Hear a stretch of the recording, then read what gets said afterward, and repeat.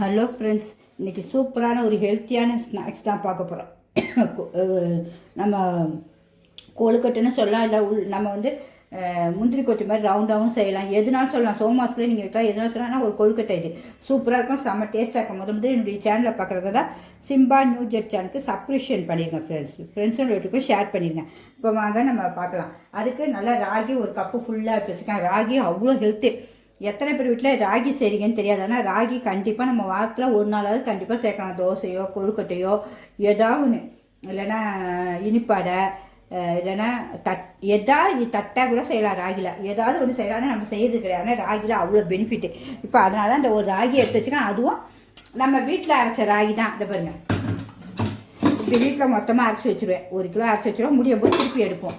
ஏன்னா அது அவ்வளோ ஹெல்த்து. பார்த்திங்கன்னா ஒன்றுமே நம்ம ராகியை வாங்கி கழுவி காய வச்சுட்டிங்கன்னா ஒரு நாள்லேயே காஞ்சிடும். அப்புறம் சாயங்காலம் போய் மறைச்சிட்டு வந்துடலாம். அந்த ராகி ஒரு கப்பு உங்களுக்கு. அதுக்கு ஒரு அரை கப்பு தேங்காய்னு வச்சுங்க. நான் அந்த சின்ன கப்பு எடுத்துருக்கேன். உங்களுக்கு இதே கப்பில் அரை கப்பு எல்லாம் கணக்கு பண்ணிக்கிங்க. நீங்கள் அரை கப்பு தேங்காய், அரை கப்பு சுகர் எந்த சுகர், நாட்டு சர்க்கரை எடுக்கலாம், வெள்ளை எடுக்கலாம், சர்க்கரை எடுக்கலாம், கருப்பட்டி ரொம்ப சூப்பர் உங்களுக்கு. நான் எப்பவும் கருப்பட்டியில் தான் செய்வேன். சரி, இப்போ கருப்பட்டி எல்லார் வீட்லேயும் இருக்காது. அதனால் சரி சொல்லிட்டு உங்களுக்கு நாட்டு சக்கரையில் செஞ்சு காட்டிடலாம். யார் வீட்டில் எப்படி இருக்குமோ அப்படி. குட்டீஸுக்கு தேவைன்னா நீங்கள் கருப்பட்டியே போட்டுக்கோங்க உங்களுக்கு.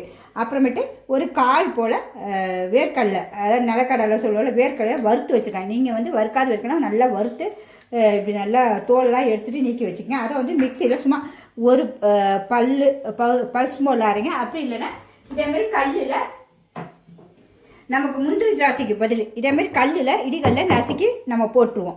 நான் இடிகளில் தான் நசுக்கி போட போகிறேன் உங்களுக்கு. இதை இப்படி நசுக்கி காட்டி இப்படியே வச்சிடுறேன் உங்களுக்கு. இப்படி 2 இடி இடிச்சினாலே சூப்பராக இடிபட்டுரும். இந்த பாருங்க, இப்போ இடிச்சாச்சு. ஏன்னா நம்ம வந்து மிக்ஸில் அடித்தாலும் அந்த எண்ணெய் வந்துடக்கூடாது வெளியில், வேறு ஒன்றும். ஏன்னா நமக்கு முந்திரி திராட்சையுடைய சுவைக்காக குழந்தைங்களுக்கு ரொம்ப ஹெல்த்தி பார்த்திங்களா வேர்க்கலை. அதனால் இப்படி நல்லா பொடிச்சு வச்சுக்கோங்க. அதுக்காக தான் உங்களுக்கு அப்படியே காட்டியாச்சு நம்ம செய்யும்போதே. அப்புறம் அதுக்கு தேவையான ஏலக்காய் தூள், ஏலக்காயும் சுக்கும் நறுக்கி வச்சுருப்பேன். அதில் நல்லா ஒரு அரை ஸ்பூன் எடுத்து வச்சுருக்கேன். உப்பு சுவைக்கு ஏற்பேன் உங்களுக்கு. அப்புறம் நெய் ஒரு ஸ்பூன் போட்டு நம்ம இதை வதக்கிறதுக்கு நெய், வேறு ஒன்றும் இல்லை. இது வந்து இப்போ நம்ம சப்பாத்தி மாவுலாம் பிசைவோம்ல, அதுமாரி வெந்நீர் நல்லா கொதிக்க வச்சு நம்ம கலர போகிறோம். லைட்டாக உப்பு மட்டும் போட்டு சும்மா ஒரு பிஞ்சு எண்ணெயும் ஊற்றி பிசைஞ்சு அப்படியே வச்சுருவோம். ஒரு 5 நிமிஷம் இருக்கட்டும். அதுக்குள்ளே இதெல்லாம் நம்ம வதக்கிறோம் அப்படின்னா கரெக்டாக ரெடி ஆகிடும். அப்புறம் வந்து மெயின் வந்து சூப்பர். இது வந்து உள்ளே வைக்கிற பூர்ணா ரொம்ப ஹெல்த்தியாக இருக்கணும். அதுக்காக தான். ஏன்னா குழந்தைங்க வந்து பெரியவரைக்கும் சாப்பிடும்போது பெனிஃபிட்டு. செவ்வாழை எடுத்து வச்சுருக்கேன். நீங்கள் எந்த பழம் எடுக்கலாம், நேந்திரம் எடுக்கலாம், கற்பூரவள்ளி, ரஸ்தாளி, அப்புறம் பூவம்பழம் சொல்லுவோம். அதுமாதிரி எந்த பழம் வேணாலும் சரி.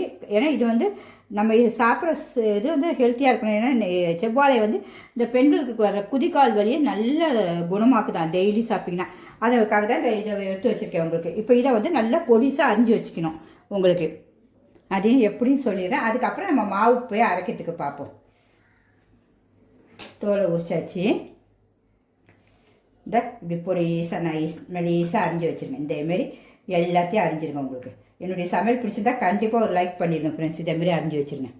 இப்போ நம்ம போய் வெந்நீர் கொதிக்க வைப்போம் மாவு பசையை. வாழைப்பற்றி நல்லா அரிஞ்சு வச்சாச்சு. அப்புறம் ஒரு சகோதரி வந்து ஃபாரின்லேருந்து கேட்டிருந்தாங்க எனக்கு, அக்கா நாங்கள் தேங்காயெலாம் எங்கள் ஊரில் வந்து ரொம்ப விலையாக இருக்கும். அதுக்கு இதேமாரி பாக்கெட்டில் விற்கும் டெசிகேட் கோகோனட்டுன்னு, அதெல்லாம் யூஸ் பண்ணலாமான்னு. யூஸ் பண்ணலாம். நமக்கு வந்து இது தேங்காய் நல்லா கிடைக்கிறதுனால ஓகே.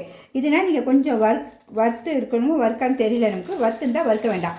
இதை கூட நீங்கள் அதே ஒரு அரை கப்பு போடலாம். ஆனால் நமக்கு என்ன தான் நம்ம தேங்காய் உடச்சி திருவுறது வேறு டேஸ்ட்டு, இது வேறு டேஸ்ட் தான். சரி, அதனால் இது கூட நீங்கள் போடலாம் தான் இன்றைக்கி காட்டாட்டேன்.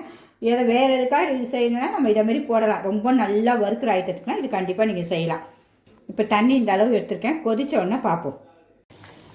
தண்ணி நல்லா கொதிச்சிச்சு. இந்த அளவு கொதிச்சாதான் அந்த மாவு நல்லா அதில் வேகும். வயிறும் நமக்கு வலிக்காது, குழந்தைங்க வந்து பெரியவங்களுக்கு வரைக்கும். இப்போ மாவையும் இதில் போட்டுருவோம்.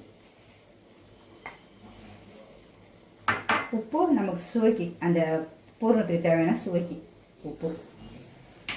இப்போ ஒரு பிஞ்சு எண்ணெய், ஒரே சொட்டு சும்மா அந்த கையில் ஒட்டாததுக்காக தான். தேங்காய் எண்ணெய் சப்பாத்தி மாவு பெசுகிற மாதிரியே தான். இவ்வளோண்டு தேங்காய் எண்ணெய் தான்.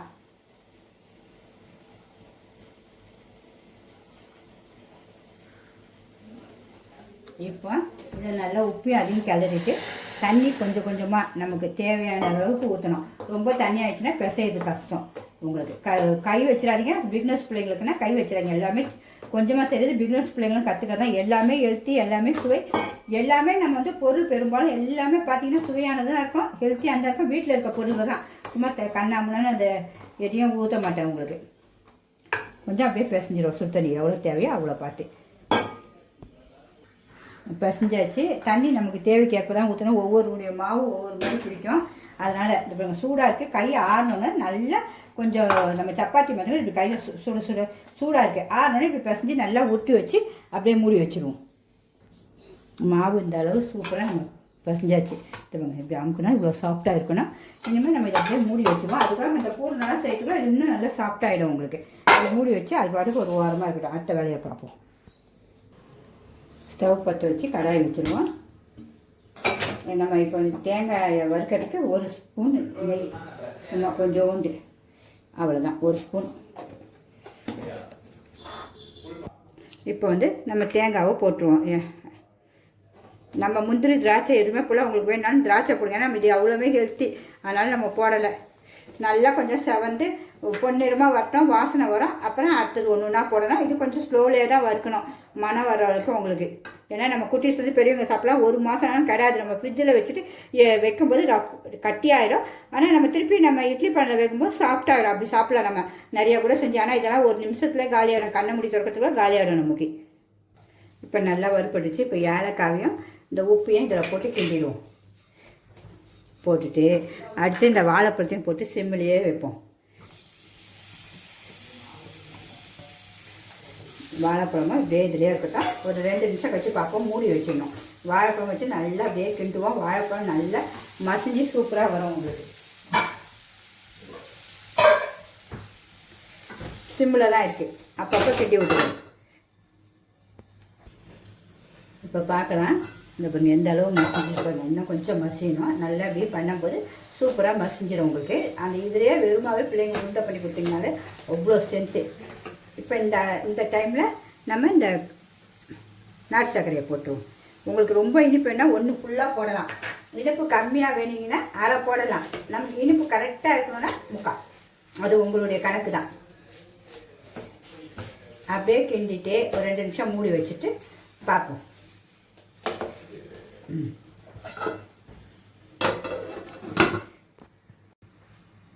இப்போ பார்க்கலாமா? இந்த ஓரளவு நல்லா சூப்பராக வந்துச்சு. உங்களுக்கு பழம் ரொம்ப மசினா கூட நம்மளுக்கு பிரச்சனை கிடையாது. நம்ம திருப்பி அதில் ஒவ்வொரு பழம் இருந்து கடிப்பட்டாலும் ரொம்ப டேஸ்ட்டாக இருக்கும். நம்ம இந்த நல்லா சுண்டி அந்த திக்னஸ் கொஞ்சம் இப்படி இருப்பாங்க. இந்த இப்படி கடாயில் இப்படி பரட்டி வந்துச்சுனாலே பக்குவம், கரெக்டான பக்குவம் உங்களுக்கு. இப்போ இந்த வேர்க்கடலையை போட்டலாம். நீங்கள் அந்த டைமில் முந்திரி திராட்சை எதுனாலும் போடலாம். நான் எப்போவுமே நம்ம வேர்க்கடலை முந்திரி திராட்சை தான் போடுறோம். அந்த வாட்டி கொஞ்சம் வித்தியாசமாக அது இருக்கட்டும்ன்ட்டு. ஏன்னா கேரளாக்காரங்க இப்படி சூப்பராக செய்வாங்களாம்.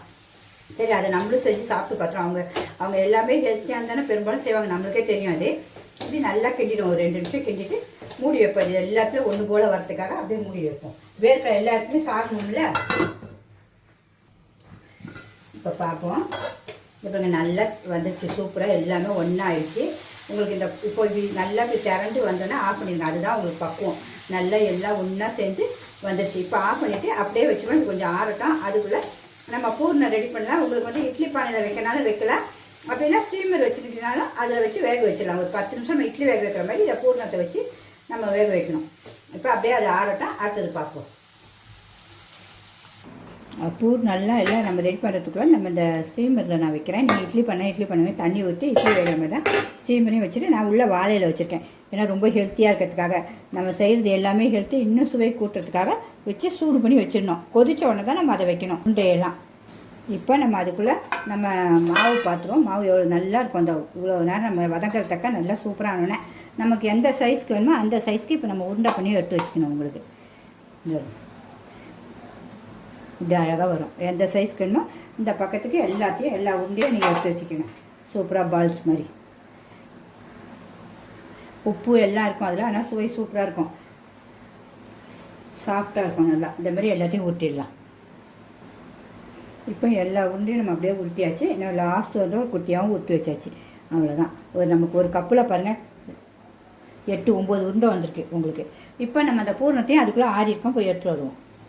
அதுக்குள்ளே இந்த பூர்ணமும் ஆறிச்சு. இதையே நம்ம அதேமாதிரி உருண்டைக்கு நம்ம உள்ளே வைக்கிற பூர்ணத்தை நம்ம என்ன சைஸ்க்கு வேணுமோ அந்த சைஸ்க்கு உங்களுக்கு இவ்வளோ சாஃப்டாக இருக்கும் உங்களுக்கு. எனவே நமக்கு வெல்லம் வந்து ரொம்ப நிறையா போட்டு முறிவிச்சுன்னா நல்லா இருக்காது. இந்த அளவுக்கு இப்படி ஊற்றி வச்சுங்க. அந்த நெய் அப்படியே நமக்கு வெளியே வந்துடும் சூப்பராக. அப்படி ஒரு ஷைனிங் இருக்கும் பாருங்கள். இந்த அளவுக்கு எல்லா உருண்டையும் பண்ணி வச்சுருக்கேன். இதை வெறுமாவே பிள்ளைங்களுக்கு நீங்கள் செஞ்சு கொடுக்கலாம். நமக்கு இது டைம் இல்லைன்னா கூட வேலைக்கு போகிறவங்க இப்படி செஞ்சு கொடுத்துருங்க பிள்ளைங்களுக்கு. வாழைப்பழம் சக்கரை எல்லாமே நல்லது. உங்களுக்கும் குதிக்கால் வலிலாம் வராது. இந்த அளவு போட்டு இப்படி ஊற்றுங்க, அதை வந்துடும். அந்த நெய் நமக்கு அப்படியே வெளியில் வந்துடும். உங்களுக்கு இனிமேல் இப்படி எல்லாத்தையும் ஊற்றி வச்சுருவோம். இப்போ எல்லா பூண்டையும் நம்ம ஊற்றியாச்சு. மீதி ஒன்று இருக்குது, அப்படியே சாப்பிடலாம். ரொம்ப சூப்பராக இருக்கும். நம்மளுடைய அளவுக்கு கரெக்டாக சூப்பராக இருக்கும். செம்ம டேஸ்ட்டாக இருக்குங்க. அப்படியே சாப்பிடலாம் எல்லோரும். நீங்கள் ஒரு பேப்பரு இல்லைன்னா ஒரு இலை வச்சு தட்டிக்கங்க. அப்படி இல்லைன்னா இப்படி ப்ரெஸ் பண்ணிக்கோங்க. ப்ரெஸ் பண்ணிவிட்டு இந்த உருண்டையை இப்படி உள்ளே வச்சுருங்க. வச்சுட்டு இதை இப்படி மறிச்சிருங்க. அவ்வளோதான். எதுவும் மூடிடும். இது நீங்கள் சோமாஸ் அச்சு எதுலனா செய்யலாம். அந்த மோதகம் செய்கிற அச்சுலாம் இருக்கும் பார்த்தீங்களா, இந்துக்கள் ஸ்வீட்டில் இருக்கும். எனக்கு இல்லை, அது சோமாஸ் அச்சு வச்சுருக்கேன். அந்த அச்சு இல்லை எனக்கு. அதேமாதிரி அச்சுனாலும் நீங்கள் செய்யலாம். இதை இப்படி செஞ்சு உருட்டை பண்ணி எல்லாத்தையும் நம்ம வேக வச்சிடணும். ஒரு 10 நிமிஷம் இட்லி பானையில் வேகணும். எப்படி இருக்குது? வெறுமா சாப்பிட்டே சூப்பராக இருக்குங்க. புரியுங்களா? வெடிப்பே வரக்கூடாது. அந்த அளவு நீங்கள் நல்லா ஊற்றிக்கணும். உங்களுக்கு ஊற்றிட்டு இப்படி வைக்கணும். அதுமாதிரி எல்லாத்தையும் இப்போ நம்ம செஞ்சு வச்சுக்கோங்க. இன்னொன்னே உங்களுக்கு வேணால் செஞ்சு காட்டுறேன் பிள்ளைங்களுக்கு, பிக்னஸ் பிள்ளைங்களுக்கு. இப்படி நல்லா வச்சுக்கோங்கம்மா. கரெக்டாக இருக்கும் நம்ம பக்குவம் எல்லாமே. நீங்கள் செஞ்சீங்கன்னா இப்படி ஒரு பூரணத்தை உள்ளே வச்சுக்கோங்க. எண்ணெய்க்குன்னா எதுவுமே தடவலை பாருங்கள் உங்களுக்கு. ஏன்னா ஒட்டையே ஒட்டாது உங்களுக்கு. மாவுலையும் எண்ணெய் கொஞ்சம் இருக்குது, அதனால் ஒட்டாது. அப்படி மேலே மூடிட்டு ஃபஸ்ட்டு கையில் ஒரு பிடி பிடிச்சிட்டு எங்கெங்கே அந்த பூர்ணம் தெரிஞ்சாலும் இப்படி மாவு வச்சு மூடிடுங்க. அவ்வளோதான். சூப்பராக வந்துடும். 10 நிமிஷத்தில் சுவையான ஹெல்த்தியான உருண்டை ரெடி. ராகி உருண்டை பார்த்தீங்களா? இனிமேல் எல்லாத்தையும் இதுமாதிரி செஞ்சுருவோம். அப்புறம் எல்லாத்தையும் செஞ்சாச்சு. இந்த லாஸ்ட் ஒன்று உங்களுக்கு செஞ்சுட்டு மூடிட வேண்டியதான். எவ்வளோ சூப்பராக பெரிய பெரிய உருண்டையாக வந்திருக்கு. ஒரு லட்டே போதும் உங்களுக்கு சூப்பராக சாப்பிட்றதுக்கு. இப்போ உள்ளே நல்லா வாழையிலேயே நம்ம வச்சுருவோம். தண்ணி கொதிக்க ஆரம்பிச்சிருச்சு. கொதிச்சோடனே இந்த உருண்டையெல்லாம் தூக்கி நம்ம வச்சுருவோம் மெதுவாக. ஸ்டீமில் ஒரு 10 இட்லி வேகிற மாதிரி வேகட்டும். எல்லாத்தையும் இப்படி அடிக்கிடுவோம்.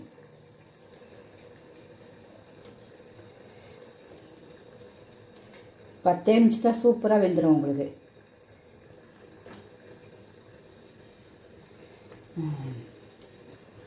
உங்களுக்கு காட்டன் சொன்னல அதில் இது பாருங்க, சூப்பராக வச்சாச்சு, அடிக்காச்சு. உங்களுக்கு இதில் 10 நிமிஷத்தில் வேகட்டும். மூடி போட்டு கரெக்டாக 10 நிமிஷம் ஹையில் இருக்குது. அது நல்லா ஆய் வந்துடும். இப்போ ஸ்லோ பண்ணிட்டு ஒரு 5 நிமிஷமாக 10 நிமிஷம் இட்லி வேகிற மாதிரி தான் உங்களுக்கு. இப்போ 10 நிமிஷம் ஆகிடுச்சு. நம்மளுடைய ராகி உருண்டை சூப்பராக ரெடி ஆகிடுச்சு. இதை பாருங்கள், தொட்டு பார்த்திங்கன்னா அப்படியே கையில் ஒட்டக்கூடாது, அந்த அளவுக்கு இருக்கும். இப்போ வலுப்பாக இருந்த மாதிரி இருக்கும். காஞ்சோன்னே நல்லா கொஞ்சம் ஆறினோன்னே நல்லா சூப்பராகிடும். இப்போ அப்படியே ஆஃப் பண்ணிவிடுவோம். நம்ம ஸ்டவ்வை ஆஃப் பண்ணிட்டு ஆறினோன்னே பார்ப்போம். நம்மளுடைய சூப்பராக ராகி கொழுக்கட்டை ரெடி ஆகிடுச்சு சூப்பராக. நம்ம இப்போ டேஸ்ட்டு பார்த்துருவோமா? சுவை எவ்வளோ சூப்பராக இருக்குது பாருங்கள். சுவையை பார்த்துருவோமா எவ்வளோ சூப்பராக இருக்குது. நம்ம ஸ்வீட் கடை வைக்கிற அந்த கோல்டன் பேப்பரும் வச்சுருக்கேன். ஒரு அழகு வேறு ஒன்றும் இல்லை. இப்போ சுவை பார்க்கணும்ல. நம்ம அந்த ராகி பூர்ண கொழுக்கட்டை எப்படி இருக்குது பாருங்கள். சும்மா அட்டகாசமாக பார்த்தீங்களா? எவ்வளோ பார்க்கவே ஒரு சூப்பராக இல்லை. டேஸ்ட்டும் அவ்வளோ அட்டகாசம். உள்ளே எவ்வளோ சாஃப்டாக இருப்பாங்க, ஜூஸியாக. டேஸ்ட் காட்டிடுறேன் உங்களுக்கு. கண்டிப்பாக டேஸ்ட் காட்டணும்ல. அப்பா வேறு லெவலுங்க. கண்டிப்பாக எல்லாருமே செஞ்சுங்க. அவ்வளோ ஒரு டேஸ்ட்டு, அவ்வளோ ஒரு ஹெல்த்தி. வாழைப்பழம் சுவை, வேர்க்கடலை சுவைலாம் அப்படியே தூக்குதுங்க. உண்மையாகவே பிடிச்சதா கண்டிப்பாக லைக் பண்ணுங்கள். உங்கள் ஃப்ரெண்ட்ஸும் எடுத்துங்க, ஷேர் பண்ணுங்கள். இந்தமாரி ஹைப்புன்னு ஒரு பட்டன் இருக்குது, கண்டிப்பாக அமுக்குங்க. அது பாருங்க, ஒன்று கூட ஒட்டலை கையில். அப்படியே அவ்வளோ அழகாக இருக்குது. அந்த மாவுலாம் வெந்து சூப்பராக இருக்குது. கண்டிப்பாக எல்லாருமே ட்ரை பண்ணுங்கள் ஃப்ரெண்ட்ஸ். உள்ளே எவ்வளோ ஜூஸியாக இருக்குது பாருங்கள். பிடிச்சிருந்தா கண்டிப்பாக லைக் பண்ணுங்கள். ஓகே ஃப்ரெண்ட்ஸ், பாய்.